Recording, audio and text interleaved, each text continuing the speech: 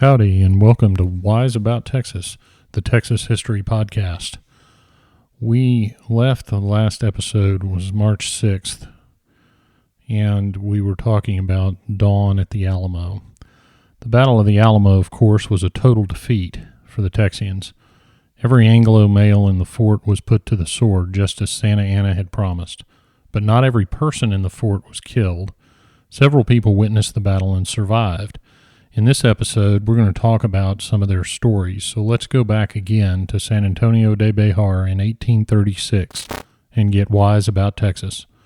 If you listened to the bonus episode that I released on March 6th, you heard the music of Degüello, which Santa Anna ordered played as a signal to the Alamo defenders that they would receive no quarter should they refuse to surrender. Travis answered Santa Anna's demands with a cannon shot, and the Texians defended an overwhelming assault that morning of March 6th, 1836. And in episode 10, I told you a few folks who were in the fort but weren't combatants. So let's now jump to the aftermath of the battle and see who was left. We talked about the relatives of prominent Bejar citizen Jose Antonio Navarro, two daughters, Juana Alsbury, who was married to a doctor named Horatio Alsbury, and her sister Gertrudis Navarro. Juana's son Alejo was with her, and he was an infant at the time of the battle. Juana's husband had left the Alamo prior to the battle to scout a location for his family to move, and he'd not returned when the assault occurred. He did return to Bejar after the battle and was captured later in the invasion of 1842 that we discussed in episode 7, and he actually spent time in prison in Mexico. While he was in prison, Juana traveled to Coahuila to wait for his release, and Dr. Alsbury was later killed in the Mexican War in the 1840s. But Juana had survived the battle, and so did her son Alejo. Now, Alejo was born to Juana of her first marriage, and he survived the battle, and after the battle, he continued to live in San Antonio and later became a policeman in San Antonio. And he lived until 1918, and when he died, he was thought to be the last living survivor of the Battle of the Alamo. Another survivor was named Maria Lozoya, and her husband Toribio fought with the defenders. Now, Toribio Lozoya had an interesting career. He was a soldier in the Mexican army, and he had deployed to a fort. Now, I'm going to get this name wrong, but I think it's pronounced Tenochtitlan, and Fort Tenochtitlan is near present-day Caldwell, Texas. He later deserted the Mexican army because he opposed Santa Anna, and he joined Captain Juan Seguin's company of Tejanos that fought with the Texians. He was killed in the battle, and his body was burned with the rest of the defenders. His body was identified by the alcalde of San Antonio, Francisco Ruiz. And Maria survived that battle and applied for a grant of land because of her husband's service, but I never could find where she actually got it. Some other relatives of Maria were probably in the fort. Her mother-in-law, Concepcion, her brother-in-law, Juan, and her sister-in-law, Juana Melton, were said to be with her in the Alamo. Now, Juana Melton, who was Toribio's sister, was married to the quartermaster of the Alamo garrison, whose name was Eliel Melton. And Juana was one of the first people that another Alamo survivor, Enrique Esparza, saw when he and his family had retreated into the Alamo before the siege. Now let's talk about Enrique Esparza, because he told one of the more interesting tales of the battle. We talked about him a little bit in episode 11 about the siege of the Alamo. He was 8 years old at the time of the battle, and he had gone into the Alamo with his mother, Anita. His father, Gregorio Esparza, had fought earlier with Captain Placido Benavidez and also with Juan Seguin when the Texians captured Bejar in 1835. Now, Enrique spent the battle huddled in the church with his mother and his father. His father ran out of the room to join the battle, and little Enrique never saw him again. Now, later, Enrique's uncle Francisco, who was a Mexican soldier during the Battle of the Alamo, was allowed to give Enrique's father the only Christian burial that any Alamo defender received. Enrique described being huddled in a dark room with other children and families during the actual battle. He described the Mexican soldiers shooting into their dark room and killing a boy that was wrapped in a blanket, but miraculously no one else in the room was hit. Now, after the battle, Enrique and his family were brought before Santa Anna, and he released them. They lived in a house, their cousin's house in Bihar, after the Alamo, and Enrique died in San Antonio in 1917. He was a farmer in his adulthood. Another survivor was named Victoriana de Salinas, and she had 3 children with her in the Alamo. Very little is known about them, and there are 2 other names that appear to be survivors of the battle, which are Trinidad Saucedo and Petra Gonzalez, and we need to be sure and pay proper respect to them when talking about the survivors. Now, a more well-known survivor of the battle was William Barrett Travis's slave, Joe. At the end of the battle, Joe was actually struck by a pistol shot and scratched by a bayonet, but managed to, one of the Mexican officers managed to calm his men down. Joe was interrogated by Santa Anna about the strength of the Texas Army, and Santa Anna decided to send Joe into the settlements to tell the Texians about the Battle of the Alamo and the great power of the Mexican Army, and before he did that, he paraded the entire army in front of Joe, presumably to make an impression on him, which I'm sure it did. Now, during the Alamo, as we know, the convention of the interim government of the young republic was meeting at Washington on the Brazos. Word of the fall of the Alamo reached that convention on March 15th, but people there doubted whether the reports were actually accurate. Now, later that day on March 15th, they got letters from both Sam Houston and Juan Seguin confirming that the Alamo had fallen. Joe was on his way to Washington on the Brazos, and he arrived a few days later on March the 20th. He described the battle to the assembled convention, which, of course, confirmed everything they had heard, and William Fairfax Gray recorded Joe's arrival in his diary and actually recorded Joe's account. Well, as you can imagine, that caused a lot of excitement, according to Gray, and we're going to talk about that toward the end of the episode. Now, because of Travis's death, Joe became the property of Travis's estate.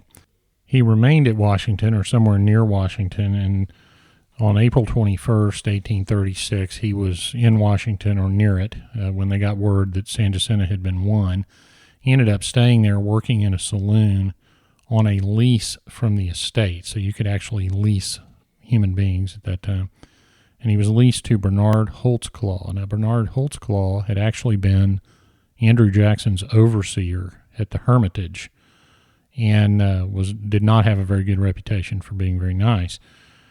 Joe would also find himself leased out several times because Travis's estate had several debts, so they would lease Joe to pay off these debts. As the authors Ron Jackson and Lee Spencer White point out in their biography of Joe, despite all his service to Texas and having survived one of the pivotal battles of the Texas Revolution, he simply remained property of others. Well, Joe ended up in the company of the executor of Travis's estate, whose name was Jones, and he ended up on a plantation at Bailey's Prairie in Brazoria County. Now, as April 21st, 1837 got closer, everyone around the Republic of Texas was getting ready for a grand ball that was going to be held in Houston to commemorate the 1-year anniversary of Texas independence. And Joe, as a servant, accompanied Jones, the executor, and his wife. Now, while the revelers were dancing, by all accounts, well into the early morning, Joe and a former Mexican prisoner stole 2 horses and escaped. They ran away. But sometime by that November 1837, he had been recaptured and was returned to the estate. Now, in early 1838, Joe ran away again. Now, this time, he made it all the way to Alabama. So you heard that right. He walked from Texas to Alabama. And from there, he fades from Texas history. Now, the book I referred to earlier by Ron Jackson and Lee Spencer White is called Joe, the Slave Who Became an Alamo Legend. And it is a thoroughly researched account of as much as we can find out about Joe. And they include some interesting stuff about his life once he made it to Alabama. Now, I want to tell you a somewhat sad story of another survivor called the Babe of the Alamo, and that was Angelina Dickinson. She was the baby daughter of Almiron and Susanna Dickinson. She was born in Gonzales but moved to San Antonio with her mother and father in early 1836 when her father joined the Army in San Antonio. And when the time came to enter the Alamo, the story goes that that her father scooped her up onto his horse and galloped inside the gates as the Mexicans were marching down Commerce Street. And sometime before the battle, William Barrett Travis gave Angelina his gold cat's eye ring, put it on a string, and put it around her neck. Now, that ring today is in the Alamo Museum. Angelina spent the battle in her mother's arms, hiding in the church building with the other families. After the battle, she and her mother were taken, as were all the survivors, before Santa Anna. Santa Anna actually offered to adopt little Angelina and take her to Mexico, giving her the best of education and the best life, but her mother probably wisely declined that offer. So Santa Anna sent Angelina with her mother to Gonzales for her mother to tell everyone about the battle, and we'll get to her mother in a minute. Angelina later got married at 17 and moved to Montgomery County, Texas, actually just south of where my family was living at that time. She ended up divorced and left her children with relatives, and she ended up moving to New Orleans, where it is said that she lived a life of questionable repute. She returned to Texas after the Civil War and settled in Galveston with a man named Jim Britton, and he ended up with Travis's ring, and that's how it went through the Britton heirs down to eventually donated to the Alamo Museum. Now, apparently Angelina was married yet again and had another child, but we're not 100% sure of that. She died a rather sad death in Galveston, and the newspaper of the time indicated that at the time of her death, she was, to quote perhaps Gus McCrae from Lonesome Dove, she was doing what she could, but don't hold that against her. Now, Angelina's mother, Susanna, is another somewhat sad story, and she's probably one of the more famous survivors of the battle. After the battle, Susanna came before Santa Anna, as I mentioned, and she received $2 and a blanket, and she received instructions to go to Gonzales in the company of Santa Anna's cook named Ben to tell Houston and the Army about what had happened at the Alamo. Now, there's a story that Susanna, right after the battle, displayed her husband's Masonic apron to a Mexican general to try to engender goodwill. Susanna, on her way to Gonzales, ran into the Texian scouts Deef Smith and Henry Carnes, and they escorted her to Gonzales to inform everyone of the results of the battle. Now, Susanna, like her daughter eventually would, had a tumultuous personal life. She ended up marrying several times.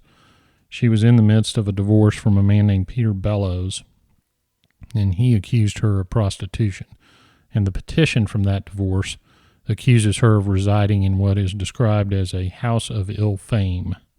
There was a place in Houston called the Mansion House Hotel that was run by a lady named Pamela Mann, and Susanna actually worked there for a time. But at the same time she was doing that, she received some accolades from city officials for nursing the sick during one of Houston's many cholera epidemics.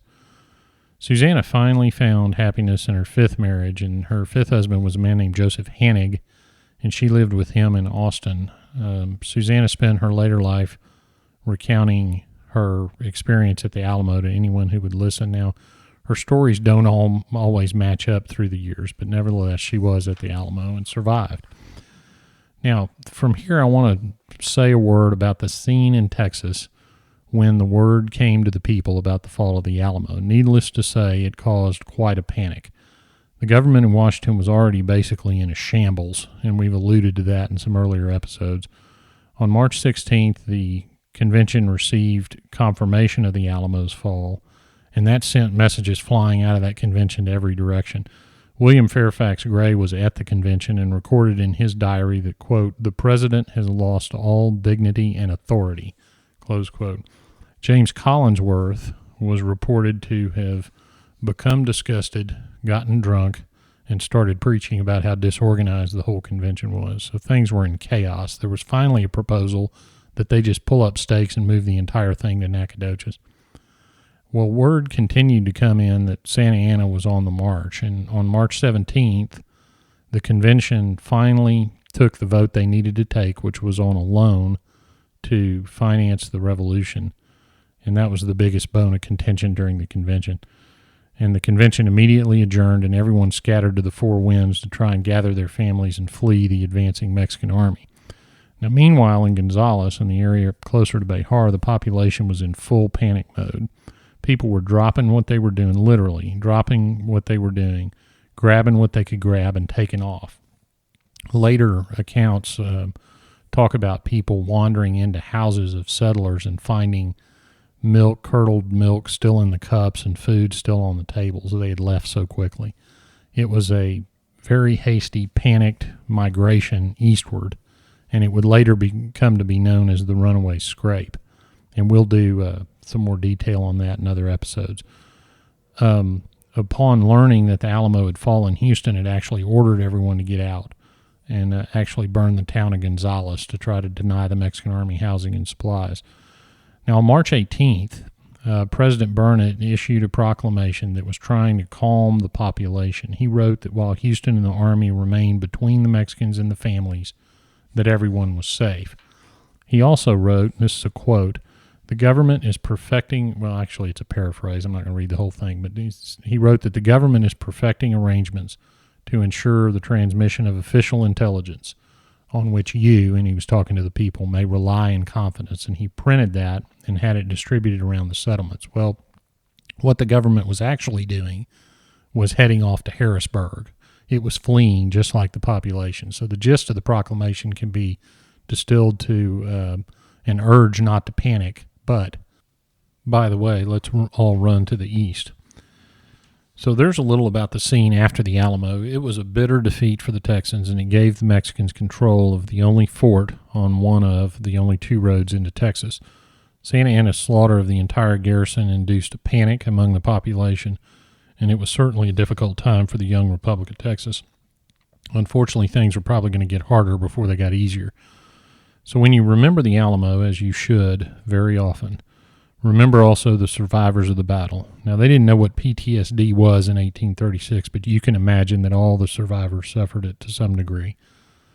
Many of the survivors had very difficult lives after the battle, being asked over and over to recall what was no doubt the most traumatic event of their lives. It was a savage and bloody battle. Santa Anna later dismissed it as a small affair, but that battle today looms very large over the history of Texas. It was a time for courage in the face of certain death, and it was a time for heroes. Well, let's come to the part of the episode where I call Getting There, and I want to tell you a couple of places in San Antonio that figure in this episode. When Enrique Esparza was taken, after the battle, he was taken to a place called the Mesquite House, which was, I believe, on the southeast corner of Commerce Street and Soledad. And that's also where Susanna Dickinson was actually working before the Mexican army arrived in Behar. And now that corner is now kind of, I think, a common area off the main plaza in San Antonio. Now, Santa Anna's quarters during the Battle of the Alamo were across Commerce Street from there, in the middle of Commerce on the north side between Soledad and Main Avenue. So there's now an office building on part of that block, and then I think part of it may be vacant. Susanna Dickinson was buried in Oakwood Cemetery in Austin, and the name on her stone is Susan Hannig, after her last husband. And she also has a cenotaph in the State Cemetery in Austin. Her daughter, Angelina Dickinson, the babe of the Alamo, was buried in Evergreen Cemetery in Galveston, which is on Broadway, and her gravestone simply read Britain, which was her name when she died. And that gravestone, unfortunately, was washed away in the 1900 storm, but her grave remains in that cemetery somewhere. Enrique Esparza, the 8-year-old who survived the Alamo and gave a good account of the battle, is buried in the El Carmen Cemetery in La Soya, which is south of San Antonio on 281, and just east on FM 2537. Oh, there's one more place I need to mention. Susanna Dickinson, I discussed her questionable reputation. She was working for a time in Houston at a place called the Mansion House Hotel, which was a house of ill fame, and that was located on the northwest corner of Market Square, which is still an active and bustling place in downtown Houston. Well, that wraps it up for this episode of Wise About Texas, and we leave the Battle of the Alamo 180 years later. We talked about the siege, we talked about the battle, and now we've talked about the survivors. So we're going to move on We're going to do some upcoming episodes on various aspects of the Revolution because we're in the high holy days of the Revolution. And we're going to look for some great stories and some great detail about the movements of the Army leading up to the Battle of San Jacinto. I want to thank everyone for listening. The response continues to be incredible. I'm getting some great suggestions for future episodes, and I hope you'll keep those coming in. I hope you will like and share the Wise About Texas Facebook page and follow the show on Twitter at Wise About Texas. So thanks for listening. God bless Texas, and we'll see you down the road.